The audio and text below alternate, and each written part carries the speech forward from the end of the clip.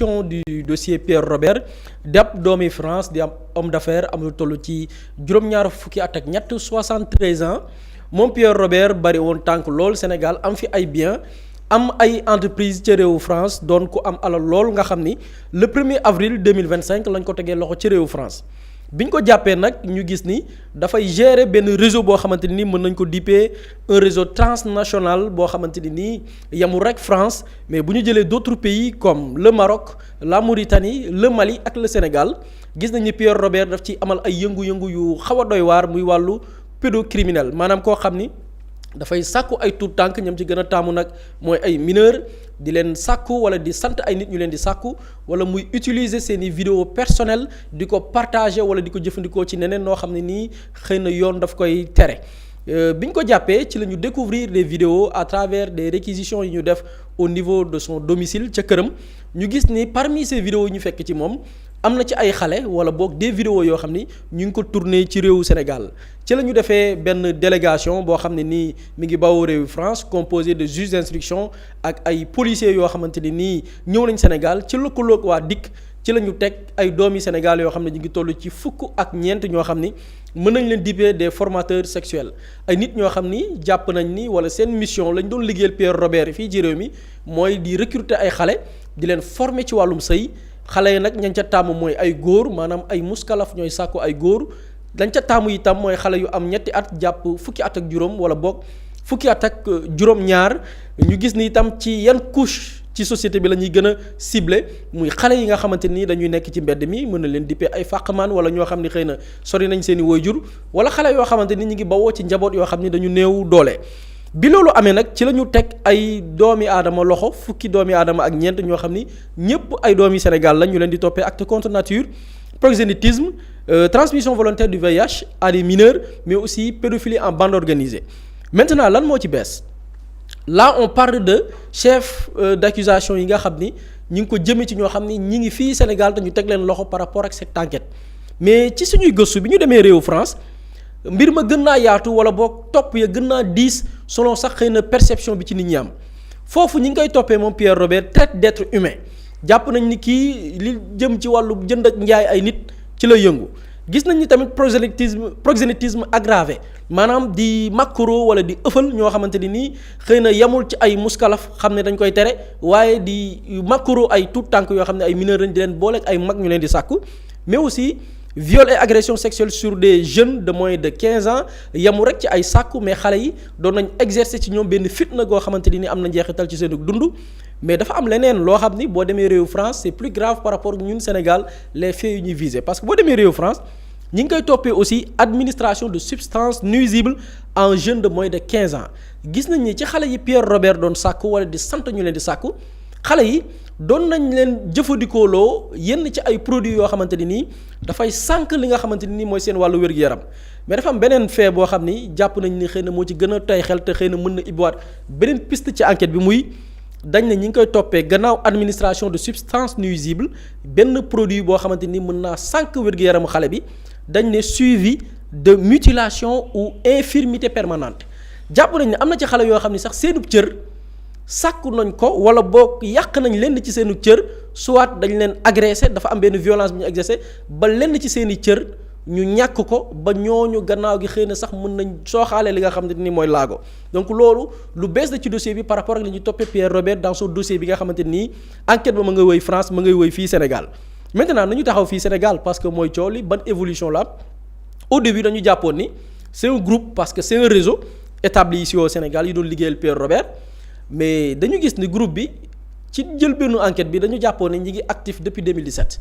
dañu jàppoon ni depuis atum 2017 la ñu tàmbalee def seen yëngu-yëngu ci Sénégal mais ci biir enquête bi li ci feeñ bees mooy moom Pierre Robert ak son réseau bi nekk fii Sénégal tàmbali woon nañ di exercer ci réew mi depuis atum 2009 maanaam bu ñu ko xaymaa ak léegi lu jege fukki at ak juróom-benn 16 ans wala boog 17 ans bu ñu ko xaymaa 2019 ak léegi Pierre Robert mi ngi exercer ci réew mi. loolu ki ko xamle mooy kenn ci bokk ñi bokk ci réseau bi di wuyu ci turu Birame Senghor am lu toll ci 40 ans ñeent fukki at moom Birame Senghor moo xamle ni bi muy xam Pierre Robert c'était en 2009 boobu Pierre Robert mi ngi dëkkoon ci quartier Dakar bi nga xam ne moom la ñuy woowee Médina ñu doon ko woowee Pierre Toubab ñenn di ko woowee Peter nee na boobu jamono yooyu la demoon moom Birame Senghor nekk jamono ji ingénieur au cadastre ca Kaffrine dëkk fi nga xam ni mooy Kër Massar moment bi ñu koy teg loxo moom mu ne 2009 la xam Pierre Robert boobu mi ngi dëkk Médina ñu koy woowe Pierre tubaab wala Peter moom jamono yooyu muy Birame Senghor boobu étudiant la woon maanaam mi ngi doon jàng ci daara yu kawe yi mu ne ca njëlbéen ba bi ñuy soog a xamante Pierre Robert daf ko doon jëfandikoo seulement comme son partenaire sexuel maanaam bu amee xemem teef ci moromu góoram mu utiliser ko moom Birame Senghor sàkk ko mu fay ko mu koy fay chaque rapport bu ñu ko sekkee moom Pierre Robert di ko fay 5000 francs junni jàpp 20 000 francs muy ñeenti junni gannaaw bu ñu ko sekkee après par la suite bi seen relation gën a avancé ñu xamante miinante ci la ko Pierre Robert sant mu commencé di recruter maanaam di jël ay jeunes d'ailleurs ci enquête bi ci yenn réquisition téléphonique yi ñu def ci Birame Senghor gis nañ ni am na benn jamono Pierre Robert envoyé na ko lu toll ci 3000 euros lu jege daanaka 2 millions de francs CFA pour que moom Birame Senghor jël ay jeunes ay mineurs particulièrement sàkku leen utiliser leen comme des partenaires passifs bu ñu nee partenaire passif mooy xale yoo xamante ni moom Birame Senghor moo leen di sàkku wala ba wut ñeneen ñoo xamante ni ñooy sàkku xale yooyu noonu. di rappeler aussi moom Birame Senghor bu ñu jëlee son cas bi nga xam ni moom Birame Senghor moo feeñal Pierre Robert wala boog moom moo feeñal ni Pierre Robert depuis 2019 mi ngi exercer ici au Sénégal Tivaouane Peulh lañ ko jàppee woon par la DIC division des investigations criminelles bi ñu koy jàpp fekk nañ ci moom des ordinateurs fekk nañ ci moom ay téléphones portables fekk nañ ci moom benn ordonnance boo xamante ne nii centre national de lutte contre le sida kër gi nga xam ne fii ci Sénégal mooy xeex lépp lu jëm ci wàllu sida. fekk nañ ko ci moom fekk nañ ci moom ñaari bouteille lubrifiant ay juróomi crème de massage yoo xamante ni nii ci ay parties intimes lay dem 7 flacons vasodilatateur fekk nañ ko ci moom juróom-ñaari flacon de wala boog ñetti produit de drogue fekk nañ ko ci moom Birame Senghor mais Birame Senghor il faut savoir que la même expérience bi mu dund ak Pierre Robert moom it doon na ko dund ak ñeneen muy ay étudiants. parce que bi ñu koy jàpp bett nañ ko ak ñaari étudiant kenn ki turam mi ngi tàmbalee P mu sant d'enfant am lu toll ci ñaar fukki at ak juróom-ñett keneen kii turam mi ngi tàmbalee CAT sant Diallo am lu toll ci 23 ans ñaar fukki at ak ñett bu ñu gannaaw ba ñu ko tegee loxo nag enquête bi wëy ci la defee à travers son audition les révélations yi nga xam ne ni Pierre Robert mi ngi actif au Sénégal depuis l'année 2009 maintenant dossier bi avancé na boo jëlee par exemple li ñuy toppee Pierre Robert am na lu ñu naan restitution des faits. am na benn liggéey boo xamante nii def nañ ko ci bi ñu tegee loxo beneen jeune boo xam ne mi ngi wuyu ci turu Amad Lo moom Amad Lo kaam c'est très particulier parce que moom daanaka bu ñu xoolee son dossier mooy misaal wala boog moo mën a expliquer comment naka la ces prédateurs doon fonctionner ici au Sénégal moom bi muy xam Pierre Robert mi ngi ko xamee ci sur Facebook nañu tàmbalee mooy mu koy envoyer des vidéos intimes yoo xamante ne nii moom ki nga xamante ni mooy Amad Lo ay vidéo am la gannaaw gi waajuram bu góor gis ko génnee ko kër gi ki nga xam ne mooy Pierre Robert jëloon ko chambre à Kër Massar gannaaw gi la ko jëlal beneen chambre au niveau des Almadies ba janvier 2024 la Pierre Robert ñëw Sénégal ci la ko njëkk a gis moom Amad Lo ne mu ko doon seeti ci benn këru Pierre Robert bi nga xam ne mi ngi nekk à Saly donc kër googu nekk à Saly gannaaw bi ñu ko identifié kër googu la ñu def li nga xamante ni nii mooy descente def des enquêtes par rapport ak activités yi ñu fa doon def ñu gis ni dañ fa doon organiser ay soirées yoo xamante ni le menu maanaam li nekk l'activité ci soirée yooyu noonu mooy jël ay xale yu ndaw di leen sàkku ba enquête yi nga xam ne dig mëne nañ ko am na ñetti xale yoo xamante ni identifié na leen kenn ki turam mi ngi tàmbalee W mu sant N moom 2019 lañ ko njëkk a sàkku boobu mi ngi am fukki at ak ñeent am na ci keneen koo xamante ni turam mi ngi tàmbalee A santam D moom 2004 lañ ko sàkku boobu mi ngi amoon fukki at ak juróom-ñaar am na ci beneen tout tànk bu turam tàmbalee M santam tàmbalee F moom 2018 lañ ko sàkku boobu mi ngi am fukki at ak juróom benn 16 ans ñoom mineurs yooyu yëpp nag témoigné ne jotoon nañ leen abusé te ki leen ko def di Pierre Robert mais du rek Pierre Robert aussi boole na leen nag ñeneen ñoo xamante ni doon nañ leen sàkku ci ñeneen ñooñu ci ñiy sàkku xale yi ak ñeneen ñoo xam ne jot nañ leen envoyé ay vidéo xale parce que loolu aussi ci deal bi nga xamante ni nii Pierre Robert doon na ko sekk ak boog ñenn ci ay complice am ci la bokkoon di filmer xale yi di ko envoyé jàpp nañ ci ku naan Laurent Cave jàppaat ci keneen ku naan Adrien Bastard donc ci xale yi victimes yi njëlbeen ba ñu ngi doon wax téeméer mais jamono ji ñu ngi wax lu ëpp 200 victimes ñaari téeméer ci ay xale yoo xamante ni ñëpp ay mineurs lañ jot nañu subir li nga xamante ni nii mooy ñaawteef yooyu en France d'après enquête yi ñu mëne collecté nañ lu toll ci 52 000 fichiers juróom fukki junni fichiers yu toftal ñaar yoo xamante ni nii ñu ngi ko jëlee ci réquisition yi ñuy def kër Pierre Robert ba fekk ko ci moom donc l'enquête loolu lañ ci xamagum wala boog li ci bees loolu la soxna Ramatoulaye. jërëjëf bu dee am na solo Pape Samba ki nga xamante ni mooy Pierre Robert n'est-il pas pire sax que le diable ndax boo déggee ñu ne la fukki at ak juróom-benn ngi nii muy def ay ñaawte fii ci biir Sénégal. effectivement te man loolu moo ma ci gën a interpellé sax le fait qu'on découvre que ça mu ngi doon opérer au Sénégal depuis 16 ans c'est-à-dire que est-ce que les gens se rendent compte que pendant 16 ans am na ay mineurs yoo xamante ne ñu ngi leen doon utiliser di leen dugal ci xeetu ñaawteef yi et ces mineurs là man tout le temps li may wax mooy. chaîne bi ciy topp après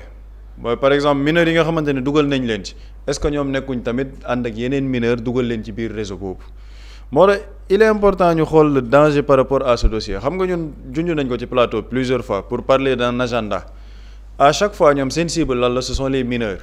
yooyu noonu dañ leen di recruter dugal leen ci réseau bi après bu ñu leen dugalee ci réseau bi lan mooy objectif bi pour mineurs yooyu noonu utal leen ay yeneeni xale ñuy organiser ay soirée xam nga bu dee ci li muy expliquer mu ngi ne ay soirée la yoo xamante ne day am menu c'est-à-dire que loolu maanaam mu ngi mel ni tey jii nga dem restaurant ñu ne la menu du jour lii la léegi ñoom seen soirée yooyu menu bi mooy sàkku ay xale di leen jox ay xeetu cinébar yoo xam ne dañ koy utiliser mais c'est-à-dire que c'est extrêmement choquant di leen wàll jàngoro bi et ce qui interpelle mooy comment cette personne là Pierre Robert a pu opérer dans ce pays pendant 16 ans ci loo xamante ni nit ñi yëguñ ko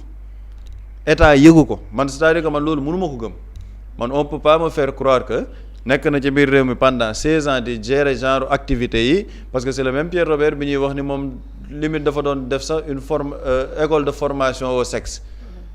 Birame Senghor bii nii ci ay formateur am la bokkoon c'est-à-dire que est-ce que les gens se rendent compte du danger moo tax man chaque fois dama naan y a le cas Pierre Robert mais nañ ko xoolee aussi par rapport à l'angle de la société ñun tout le temps dañ ci wax par rapport à la société moo ñun suñuy xale maanaam xale yi par rapport ak ni ñu leen di yaree man damay gis ni de plus en plus xale yi ils sont livrés à eux-mêmes les enfants sont livrés à eux-mêmes avec l'arrivée des nouvelles technologies par rapport à la consommation ci réseau yi c'est-à-dire que c'est pas quelque chose de banal dem rek maa ngi ciy waxtaan ak sama beau-frère maa ngi wax sànq en off ñun dañoo nekk di banaliser des choses yoo xamante ne ce sont des secteurs même de développement par rapport à la consommation de la population ci lan la ñuy seetaan ci lan lañ leen di concentrer et tout le temps ci biir sujet da nga naan ay mineurs la ñuy jël nan lañ leen di appâter mooy xaalis dañ leen di xooy xaalis maintenant par rapport à notre mentalité ñun da ngay gis benn xale bu ndaw boo xamante ne il vient avec de l'argent mais est-ce que les parents dañ lay questionner ci xaalis bi fan la jóge yow fan nga nekkoon ba am xaalis bii nii mais aujourd'hui dañoo gis ne de plus en plus le gain facile maanaam l'argent facile dañ ko légitimer au Sénégal par rapport à notre société mooy tout le temps li ñuy wax ci plateau xaalis doo ko liggéey dañ koy lijjanti maintenant nag bu fekkee ne xaalis boobu dañ koy lijjanti boobu moo lay dugal ci ay pexe lijjanti boobu nag moo lay dugal ci yeneen secteur et surtout par rapport nag ay xale yoo xamante ne ay xale yu ndaw lañ yoo xamante ni certes maturité bi ñuy soxla amaguñ ko parce que on te dit ay xale yoo xam ne 14 ans lañ Birame Senghor bi mu ngi ne moom ba muy lëkkaloog Pierre Robert boobu étudiant la c'est-à-dire que ñoom seeni cible xam nañ ko ay xale yu ndaw ay étudiants te en général ce sont des étudiants yoo xamante ne yu vulnérables la ñuy nekk ñoo xam ne dañuy soxla xaalis ñu xooy la dugal la ci loolu et ça ne justifie pas ñoom actes yi ñuy def parce que tey ji ak xaalis guñ la munti xooy il y a des choses yoo xamante ne c'est par rapport à la dignité de la personne et de ses valeurs mais malheureusement nag am na ñoo xamante ne amuñ présence d'esprit boobu léegi ñun en tant que société qu'est-ce qu'on est en train de faire pour fànq genre phénomène bi parce que quand on te dit que le gars en France on a découvert plus de 52 000 fichiers mais est-ce que gars yi xam nañ luy 52 000 fichiers 52 000 fichiers yoo xamante ne c'est de la pédocriminalité ay xale yu ñu ciy sàkku ñoo ci nekk et tout le temps man li may wax mooy bu ñu ko xoolee sur l'angle national nañ xool sur le plan international par rapport à certains lobbies comment ils opèrent man chaque fois bu ñu doon wax dossier Pierre Robert damay ramener les gens au dossier Epstein ñu dem xoole ji dossier Jeffrey Epstein comment les gens opèrent c'est le même procédé ay xale yu ndaw yoo xam ne dañ leen di yóbbu ci ay île di leen di sàkku dugal leen ci benn réseau et c'est un réseau tentaculaire boo xamante ne day law ci àdduna bi donc nag loolu boo ko gisee ce sont les mêmes pratiques yoo xamante ne def nañ ko ci biir réew mi et loolu nag ce ne sont pas des pratiques isolées du loo xamante ni Pierre Robert dafa toog ci bonu boppam mu ne man lii xaaral ma def ko non c'est-à-dire que bu ñu demee gëstu ba ci biir il y a forcément des ramifications forcément am na loo xamante ni foofu la mbir mi jóge parce que loolu lii mënul nekk bon kese léegi nag quelle est notre responsabilité ñun en tant qu'État man damaa jàpp ni par rapport à la communication man foofu lay xaw a critiquer le ministère de la famille et des solidarités parce qu'il y a une direction au niveau du Sénégal boo xam ne c'est la direction de la protection de l'enfance ak yooyu on ne peut pas avoir ce genre de dossier comme mbirum Pierre Robert bi Frédéric Coudon bi nga xamante ni tuddoon nañ ko fi même le dossier de ay ñoom Pape Cheikh Diallo ñu ciy tudd ay mineurs si l'UNICEF fait pond un communiqué mais le ministère peut sortir communiquer sur ça pour dire que lii wëg lii dossier bi xew na fi rappeler ñoom seen ministère qu'est-ce qu'ils sont en train de faire par rapport à la protection de l'enfance par rapport à la protection des enfants lan lañ ci nekk di ci liggéey ñu communiquer ak sénégalais ñu xam ne il y a un état boo xamante ne par rapport à ce genre de cas ñoom sensible nañ ci et ñu ngi ciy jël lépp lu ñu ci war a jël comme matuwaay pour nga xamante ne dinañ ko topp sur le plan de la justice mais il y a aussi des mécanismes yoo xamante ne dañuy ñàkk suñu jeunesse on ne peut pas avoir ce genre de dossier dans ce pays nit ñi ci presse bi lañ koy yégee et en retour par rapport à l'état ak bànqaas yi ñu leen di dénk on duñu retrouver de la communication. te du benn dossier kese. et c'est exactement ça par rapport à la chaîne de transmission volontaire du VIH bi ngay tudd ñun wax nañ ko fi waxaat ko fi mais c'est-à-dire que le ministère de la santé normalement war na communiquer avec les Sénégalais parce que c'est un problème de santé publique. question transmission volontaire du VIH bi c'est un problème de santé publique parce que gis nañ gars yi nan lañ ko doon doxalee dañ ko doon def de manière mais sciemment di ko lawal ci dëkk bi mais loolu l'État à travers son ministère de tutelle mooy ministre de la santé mën nañu génn expliquer sénégalais par rapport ak xeex bi ñuy xeex jàngoro sida fan lañ ci toll lan lañ ci nekk di ci liggéey le taux de prévalence tey jii on ne peut plus nous dire que le taux de prévalence au Sénégal baax na parce que ci man les chiffres wala les données ne sont plus correctes. C'est caduc. Donc il faut revenir sur ça pour expliquer aux Sénégalais sur la base de l'année 2025-2026 lii moo ci suñuy mbir te li ci gën a nekkaat aussi l'urgence par rapport à la communication mooy la sensibilisation parce que dem nañ ba Sénégal léegi bu ñu nee VIH rek da ngay gis nit ñi ragal ne waaw kii dafa am VIH dafa am sida donc kenn du ko jege et ñun tout le temps ñu wax ko il y a des gens qui ont le VIH et qui vivent tranquillement dans ce pays di dem faju ji du ñu ay góor jigéen nekkuñ ci ay réseau dañoo am yàlla nattu leen ñu am feebar bi mais ñu ngi leen di saytu ñu dund seen dund tranquillement et loolu nag pour gën ko xamal sénégalais yi il faut que l'autorité communique sur ça ne leen feebar bi lii moo koy joxe lii moom mooy les chaînes de transmission boo ko bëggee moytu lii ngay def am na ñoo xamante ne am nañ ko ci réew mi ñu ngi leen di topp au moins sénégalais am ci cette compréhension xam ne wax dëgg neex yàlla état bi am na des bases de données yu muy liggéey parce que si tu ne communiques pas avec la population bi tamit da ngay gis ci genre cas ku ci nekk mën na ci génn di ci wax lu mu xalaat di ci wax lu la neex sans pour autant avoir des données claires foofu nag état bi moo war a génn dalal xelu sénégalais yi communiquer ak ñoom pour leur donner des vraies données des vrais chiffres pour que ñu xam ne au moins lii ñu ngi ciy liggéey. vu que depuis pas mal de temps c'est devenu répétitif. déjà yàlla cas bu mujj mi ngi amoon na fee ca Jaxaay. amoon na yeneen cas Pierre Robert ak kii Frédéric Coudon. mi ngi bëgg a bëri daal. absolument te boo xoolee sax. avant ñoo dugg ci koor gi sujet yi ci la commencé te à chaque fois presque chaque jour on retrouve des cas chaque jour dossier bi day gën a évoluer que ce soit le dossier Pape Cheikh Diallo le dossier Frédéric Coudon le dossier Pierre Robert bi chaque fois da ngay gis ni ñu ne am na évolution par rapport à ce dossier mais damaa jàpp ne nag c'est devenu une urgence sur le plan maanaam de la santé publique pour ñu wax ak sénégalais et man li ma ci ëppal solo mooy par rapport à la protection des enfants parce que loolu xam nga tey jii am na ñoo xamante ne ay borom kër lañ maanaam am na ay mères de famille yoo xamante ni dañuy gën a tiit par rapport à leurs enfants tey jii nan lañ leen di bàyyee ci mbedd bi nan la maanaam yooyu noonu yëpp ça peut installer une psychose sur le plan national loolu nag il faut une communication pour wax ak nit ñi parce que man li ma gëm sur le plan de la justice liñ ci war a def dinañ ko ci def parce que si ce dossier a pu sortir mu am ci une coopération entre la justice française et la justice sénégalaise ça veut dire que les autorités am nañ yéene wu mbir mi leer maintenant nag liggéey boobu boo koy def justice am ci wàllam il faut aussi une communication boo xamante ne sénégalais da ngay wax ak ñoom ci lu leer nañ par rapport ak phénomène yii ñu nekk di gis bànqaasu état yi ñoom lan lañ ci nekk di ci liggéey et man par rapport à ça il faut ñu gën a demaat vers une refonte de notre société mooy li ma wax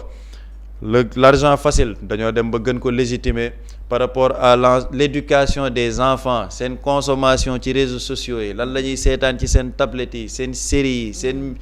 film yi yooyu noonu yëpp ça déteint sur l'éducation des enfants donc loolu nag en tant qu'État ak en tant que société bu fekkee ni mënuñ ci waxtaan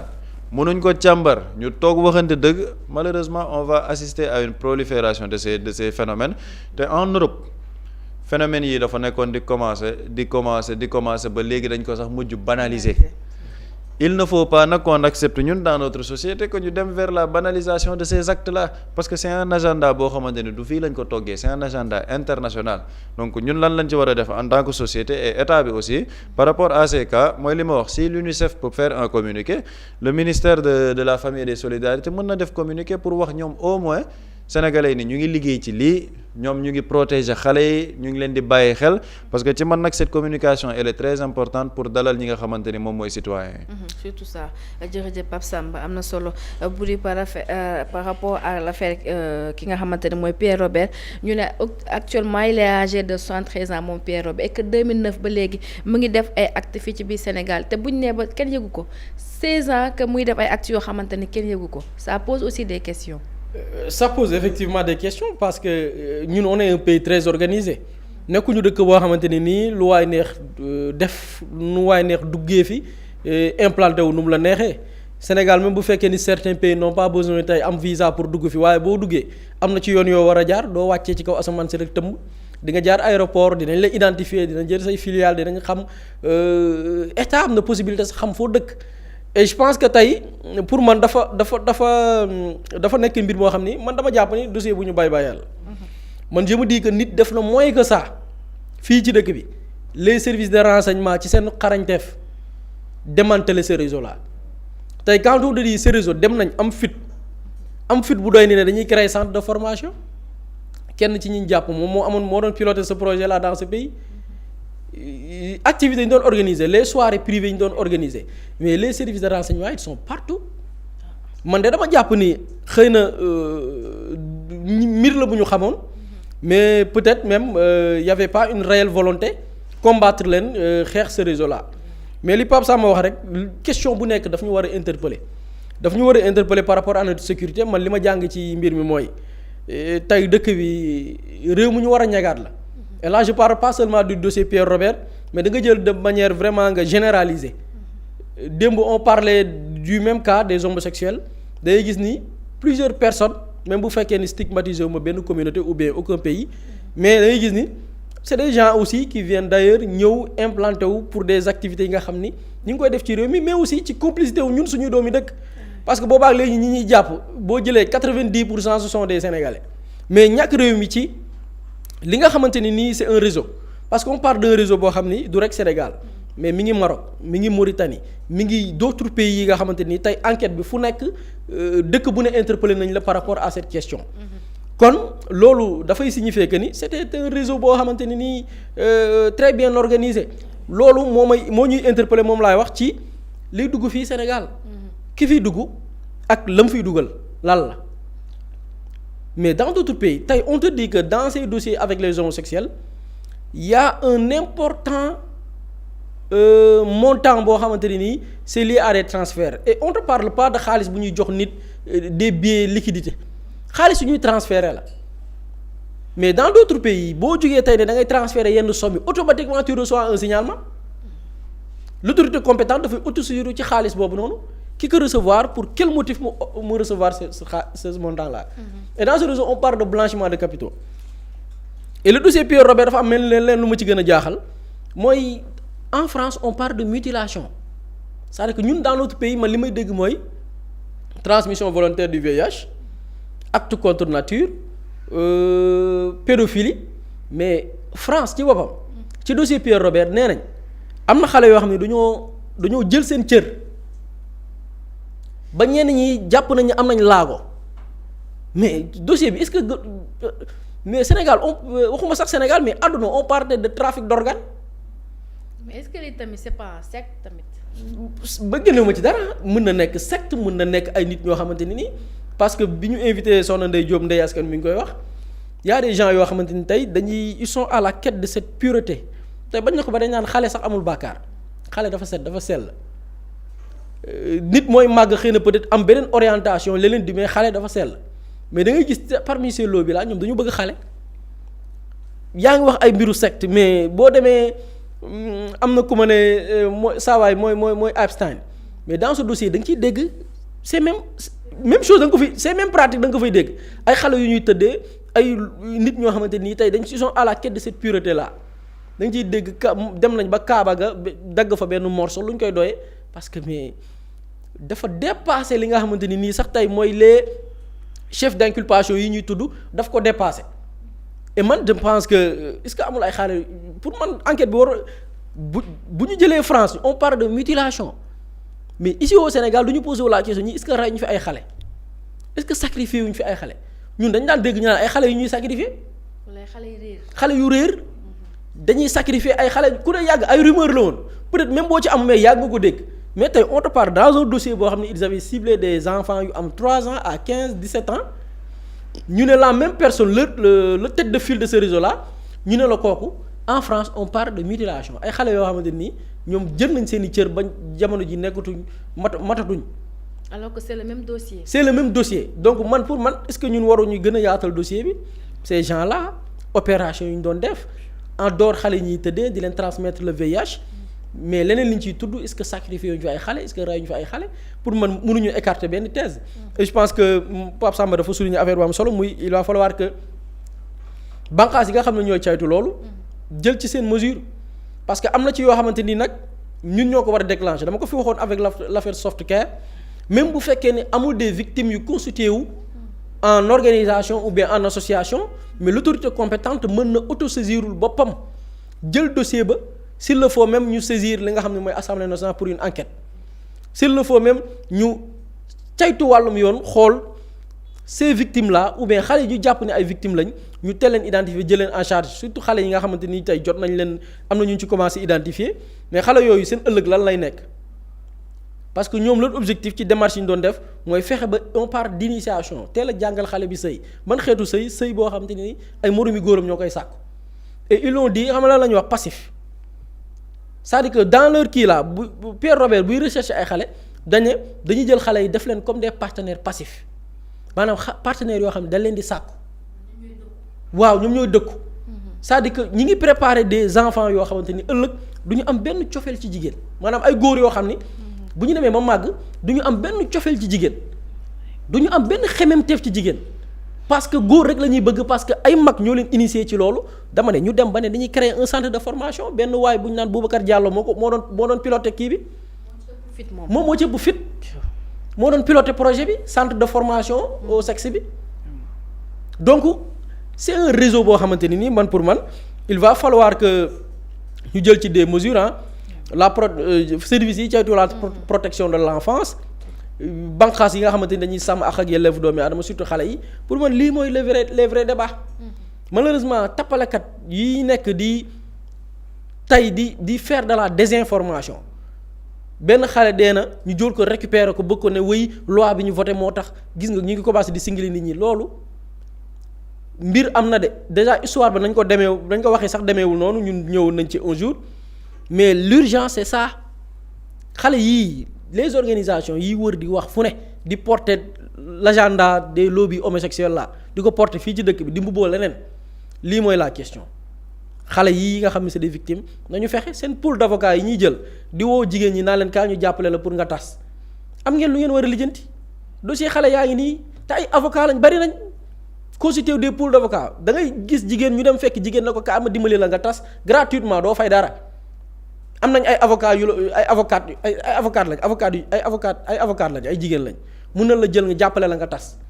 seen mission yooyu ngeen nekk di yàq famille yi di tas njaboot yi am ngeen lu ngeen war a lijjanti parce que tas njaboot mun na indi lii lépp ku ne xam na ni famille bu déstabilisé wu ni mu mën a mel baay jaar nii nday jaar nii xëccoo xale yi tumuranke loolu da nga koy gis fii Sénégal ñun dañu am di vivre en famille bu yaay ji jàppee fii papa ji jàpp fii bu papa ji mënul jàpp fii di jaay jàpp fii ñun loolu lañ xamoon moo doon dimbali xale yi mais nga gis ñoom dañoo jóg pour tas famille xale yi tasaaroo tumuranke ñu laisser leen à ces prédateurs ces pédocriminels ñu récupérer leen pour des miettes. Lii mooy les vrais combats yi gars yi war a porter mais yi ñi nekk ay tappale la mais malheureusement du ñu bett parce que tey les mêmes Pierre Robert lii ñu porter tey cet agenda moom la ay organisation porter fii parce que wax naa ni chaîne la ku ci nekk ak rôle boo ci war a jouer ñii dañoo ñëw pour jël ay xale préparer leen def leen ay borom ñaari tour bu ñu demee ba màgg du ñu am benn xememteef ci jigéen bu ñu paree ci loolu garçon yi laay wax de bu ñu paree ci loolu ñu ne nañ dem ci jigéen ñi lan lañ leen di wax góor ñii seeni noonu lañ bañ leen góor du projet yàq seen xel ba ku jigéen ki moom bu gisee góor noonu la koy def du sax ñeme dugg ci relation parce que yàq nañ xelam ba ragalloo ko góor ñu ne leen ok lan la ñu ne leen ok autonomisation nangam te ci baat bi ay mots yu subtil la ñuy utiliser yoo xam ne dafay neex a dégg yow boo ko déggee da nga naan bon c'est normal une femme fi jamono toll dafa war a liggéey loolu c'est normal mais ñoom lan lañ ci jublu leur objectif principal c'est pas l'autonomisation de la femme. loolu objectif mooy fexel ba amal sa bopp boo xamante ni bul faale góor loolu nekk beneen campagne bu ay nit di tëgg waaw léegi nga jël nag léegi lobby homosexuel yi nag ñu fexe ba victimiser def leen ay victimes loolu chaîne la c'est-à-dire que ku ci nekk ak rôle boo ci war a jouer ku ci nekk gis nga la preuve ñi may wax ne nañu assumer seen combat. kan mu nga ci dégg muy wax mbiru góor jigéen yi kan doo leen dégg mukk ñu joxoñ baaraam xoolal doo leen dégg ñu joxoñ baaraam góor jigéen jamais parce que ñoo far même clique gi la c'est le même système c'est les mêmes communautés doo leen dégg jamais au contraire dañuy xas sax gis naa ci commencé nañ campagne fan yi te li ma ci métti mooy moo tax Pape Samba Dim dafa am lu am solo il faut qu'on promulgue cette loi bi il faut que président gaaw promulguer ko parce que gis naa leen fan yi ñi ngi commencé di taxer les sénégalais d'homophobes te ay sénégalaises lañ bon te ay jigéenu Sénégal ñooy taxaw tey am fit nekk ci dëkk bi di taxer les sénégalais d'homophobes homophobe mooy ku bañ góor jigéen maanaam man bu ma taxaw toogee fii mun nañ ma jël ne ma yow tu es homophobe mais je suis fier d'être homophobe homophobie bu ñu la ko taxer c'est bon baax na. loolu ci propagande bi la bokk et je pense que moo tax loi bi war a gaaw ñu promulguer ko toutes ces personnes là yi nekk di défendre góor jigéen yi sur les réseaux sociaux ñu traquer leen jàpp leen. loolu mooy l'objectif principal et je pense que nos autorités nañ ci gaaw promulguer cette loi pour que ñu mën a dem vers ça. on l'espère bien inchallah vu que kaaw xale yi am yëpp déggaguñ leen ci ñoom ñooñu ngay tudd noonu. man amul beneen bu ma déggee ñu wax wala. ñu jooytu wala comme ay yaay comme par exemple. communauté la ce sont des mamans. même communauté la voilà mënoon nañ jooy ci mbirum xale yi. ñoo bokk mënoon nañ jooy ci mbirum xale mais ba tey kenn déggu leen.